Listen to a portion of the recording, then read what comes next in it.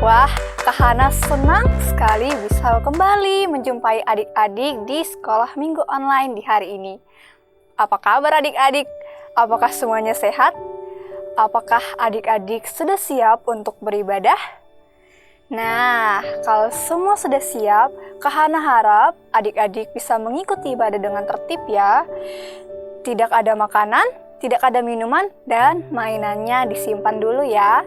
Dan juga selama ibadah, Kak Hana berharap tidak ada yang mengganggu kakak atau juga adiknya. Yuk, Kak Hana ajak kita semua untuk berdiri. Kita mau menyanyikan satu pujian, Kasih Yesus Indah, Indah, Oh Indah.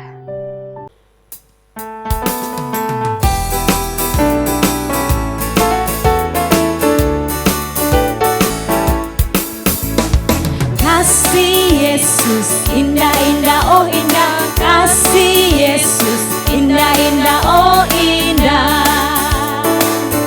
Lebih indah dari pelangi, lebih indah dari bintang di langit, lebih indah dari bunga di padang, oh Yesusku. Kita angkat pujian ini sekali lagi. Kasih Yesus indah-indah, oh indah. Kasih Yesus indah-indah, oh indah. Lebih indah dari pelangi, lebih indah dari bintang di langit, lebih indah dari bunga di padang, oh Yesusku.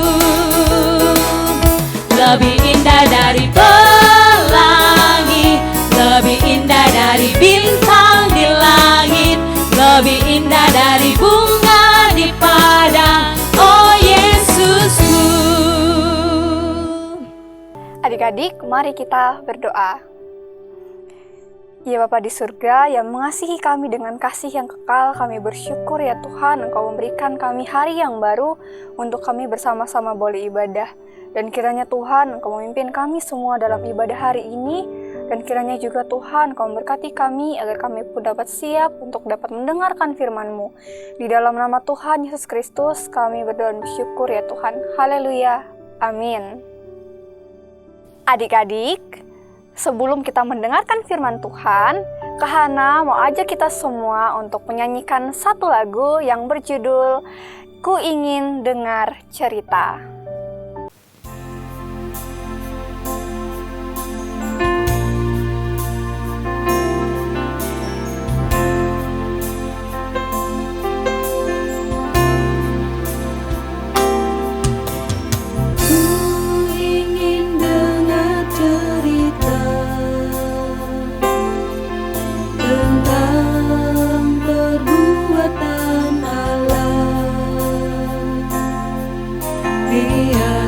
Cerita itu tetap tinggal dalam hatiku sampai selama-lamanya. Ku ingin dengar cerita tentang perbuatan Allah. Biarlah cerita itu tetap tinggal dalam hatiku sampai selama-lamanya. Biarlah cerita itu tetap tinggal dalam hatiku sampai selama-lamanya. Adik-adik, firman Tuhan pada hari ini yang akan kita dengarkan terambil dari 1 Raja-Raja pasal 18. Yuk, mana Alkitabnya? Adik-adik, Kak Hana mau tanya dulu nih. Siapa di sini yang pernah merasakan musim kemarau yang panjang sekali? Musim kemarau yang tidak ada hujan berhari-hari, berbulan-bulan, bahkan bertahun-tahun? Adakah yang sudah pernah merasakannya? Mungkin kita semua belum pernah ya merasakan musim kemarau selama bertahun-tahun. Tapi adik-adik, Dulu bangsa Israel pernah merasakan musim kemarau yang panjang sekali, bahkan selama 3 tahun. Dan saat itu datanglah seorang nabi Tuhan, namanya Nabi Elia. Nabi Elia ini hidup di masa pemerintahan Raja Ahab, dan Raja Ahab ini adalah raja yang sangat kejam. Dia adalah raja yang tidak mau taat kepada Tuhan, dan ternyata adik-adik, dia suka menyembah kepada patung-patung, kepada berhala-berhala. Nah, suatu kali Raja Ahab ini marah sekali kepada Nabi Elia, karena dia berpikir bahwa hujan yang tidak turun selama 3 tahun ini adalah kesalahan dari Nabi Elia. Raja Ahab akhirnya mencari Nabi Elia kemana-mana, tetapi ia tidak dapat menemukan Nabi Elia. Suatu hari, Tuhan menyuruh Nabi Elia untuk bertemu dengan Raja Ahab dan menyampaikan pesan yang sangat penting. Ketika Raja Ahab mendengar bahwa ternyata Nabi Elia sudah datang untuk menemui dirinya, Raja Ahab marah dan berkata, "Engkaukah itu yang mencelakakan Israel?" Raja Ahab menuduh Nabi Elia. Tetapi Nabi Elia dengan berani menegur Raja Ahab dan berkata, bukan aku, tetapi engkau yang sudah mencelakakan Israel.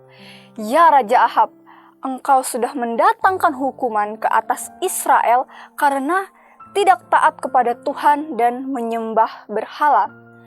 Nabi Elia sangat berani untuk menegur kesalahan Raja Ahab. Padahal adik-adik, Nabi Elia bisa saja terbunuh karena sudah menegur seorang raja. Tetapi Nabi Elia tetap berani untuk menyatakan apa yang benar. Akhirnya Nabi Elia menyuruh untuk mengumpulkan seluruh orang Israel beserta dengan nabi-nabi Baal atau nabi-nabi yang menyembah berhala ini untuk menemui Nabi Elia di Gunung Karmel. Nah adik-adik, di sana Nabi Elia akan mengadakan pertandingan untuk melihat siapakah Allah yang sejati. Di Gunung Karmel, bangsa Israel harus memilih kepada siapa mereka mau taat dan beribadah, kepada Tuhan ataukah kepada Baal. Akhirnya, semua orang berkumpul di Gunung Karmel, dan Elia berdiri di hadapan Israel dan berkata, "Kalian harus memilih berapa lama lagi kalian akan berusaha untuk menyembah Tuhan atau Baal. Jika Tuhan adalah Allah, taatilah Dia.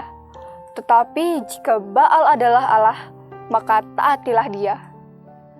Nabi Elia berdiri dan juga memberitahukan kepada banyak orang untuk berkumpul di Gunung Karmel dan juga apa yang harus mereka lakukan selanjutnya. Adik-adik, Nabi Elia ini berkata, "Hai para nabi Baal, kalian harus menaruh daging di atas sebuah mezbah dan kemudian berdoalah kepada Baal. Maka aku juga akan menaruh daging binatang di atas mezbahku dan berdoa kepada Tuhan. Dia yang menjawab doa dan mengirimkan api dan membakar persembahan, Dia itulah Tuhan yang sejati." Bangsa Israel ternyata mendengar hal itu dan berpikir bahwa pertandingan itu adalah ide yang bagus. Maka nabi-nabi Baal cepat-cepat mempersembahkan korban persembahan mereka terlebih dahulu. Mereka menaruh daging binatang di atas mezbah dan mereka memanggil nama Baal sejak saat sarapan sampai saat makan siang. Mereka memanggil-manggil, berseru dan menari-nari, "Ya Baal, jawablah kami." Tetapi tidak ada yang terjadi. Baal tidak menjawab. Tidak ada api yang datang. Karena tidak ada api yang datang membakar persembahan para nabi Baal, Nabi Elia mulai mengejek para nabi itu. Dia mengejek Nabi Baal. "Berteriaklah lebih keras. Mungkin Allahmu sedang sibuk memikirkan sesuatu. Atau mungkin dia sedang pergi jalan-jalan. Mungkin dia sedang tidur dan belum bangun." para nabi mulai berseru dengan lebih keras lagi. Sepanjang siang mereka berteriak-teriak. Mereka bahkan melukai tubuh mereka dengan pedang dan tombak. Tetapi tidak ada yang terjadi adik-adik. Akhirnya, Nabi Elia mengumpulkan seluruh orang Israel di sekelilingnya, dan dia membangun mezbah Tuhan dengan menggunakan 12 batu besar. Dia menggali juga parit di sekeliling mezbah, lalu mengatur kayu bakar dan daging di atas mezbah itu persis seperti yang dilakukan oleh para nabi Baal tadi. Tetapi kemudian Nabi Elia menyuruh bangsa itu untuk melakukan sesuatu yang tidak biasa. Isilah 4 buyung besar dengan air dan tuangkan airnya ke semua persembahan dan kayu itu. Elia menyuruh mereka melakukannya 3 kali, dan ternyata ada 12 buyung besar berisi air disiramkan ke atas seluruh daging persembahan tersebut adik-adik. Air itu mengalir kemana-mana, bahkan memenuhi parit. Lalu Nabi Elia berdoa kepada Tuhan. Nabi Elia berdoa dan ia percaya bahwa Tuhan pasti akan menjawab doanya. Setelah Elia berdoa adik-adik, tiba-tiba Allah menurunkan api dari langit dan membakar habis korban persembahan, kayu, batu, bahkan serta tanah pun ikut terbakar adik-adik. Api itu bahkan mengeringkan air yang ada di sekeliling parit tersebut. Semua orang Israel yang melihat kuasa Tuhan yang sangat takjub itu, mereka terkejut dan kemudian mereka bersujud menyembah Tuhan dan berseru kepada Tuhan, "Tuhan dialah Allah, Tuhan dialah Allah." Dan bangsa Israel kembali menyembah Tuhan, dan sejak saat itu tidak lagi menyembah kepada Baal. Bangsa Israel akhirnya tahu bahwa Baal tidak dapat berbuat apa-apa adik-adik, karena dia adalah Allah yang palsu. Sedangkan Nabi Elia, dia juga mengenal Tuhan dan dengan berani serta percaya bahwa Tuhan adalah Allah yang sejati. Karena itu, dia tidak takut untuk berbicara tentang kebenaran kepada seluruh orang Israel tentang Allah yang sejati. Adik-adik, dari cerita hari ini kita belajar bahwa yang pertama, ketika kita mengenal Tuhan dengan baik dan percaya bahwa Tuhan adalah Allah yang sejati, maka kita diberikan keberanian untuk menceritakan tentang Tuhan kepada banyak orang seperti yang dilakukan Nabi Elia. Yang kedua adik-adik, kekuatan Tuhan itu sanggup menolong kita di dalam keadaan apapun. Bahkan ketika kita merasa tidak ada harapan, ketika kita merasa sedih dan putus asa. Dan yang ketiga, tidak perlu takut adik-adik, karena Tuhan itu adalah Tuhan yang kuat. Kekuatan lain tidak dapat menguasai kekuatan dari Tuhan. Dan Tuhan adalah Allah yang berkuasa atas segala-galanya. Kuasa Tuhan itu sempurna dan suci dan sanggup untuk membakar habis apa yang tidak suci dan palsu. Adik-adik, demikianlah firman Tuhan yang sudah kita dengarkan, dan Kak Hana mau ajak kita semua untuk berdoa. Mari kita berdoa. Ya Bapa di surga, kami bersyukur ya Tuhan untuk firman yang boleh kami dengarkan. Ajari kami ya Bapa untuk selalu percaya dan juga dapat melihat bahwa kuasa-Mu ya Tuhan sanggup menolong kami, bahkan ketika kami merasa ya Tuhan tidak ada lagi harapan dalam hidup kami. Dan pimpin kami ya Tuhan dengan Roh Kudus-Mu, agar kami dapat melakukan firman-Mu dalam kehidupan kami setiap hari. Terpujilah Engkau ya Tuhan, di dalam nama Tuhan Yesus Kristus kami berdoa. Amin. Adik-adik, ayat hafalan kita di minggu ini terambil dari Mazmur pasal ke-23 ayat yang kelima. Mazmur pasal 23 ayatnya yang kelima. Engkau menyediakan hidangan bagiku di hadapan lawanku. Engkau mengurapi kepalaku dengan minyak, pialaku penuh melimpah. Engkau menyediakan hidangan bagiku di hadapan lawanku. Engkau mengurapi kepalaku dengan minyak, pialaku penuh melimpah. Nah adik-adik, bagi adik-adik yang ingin memberikan persembahan, dapat membawa persembahan dan memasukkannya ke kotak persembahan sekolah minggu yang tersedia di depan gereja, atau adik-adik juga dapat mentransfer ke rekening sekolah minggu Gemit Agape yang tertera di layar adik-adik sekalian. Adik-adik, sebelum kita menutup ibadah sekolah minggu di hari ini, Kahana aja kita menyanyikan satu lagu yang berjudul Setia Setialah.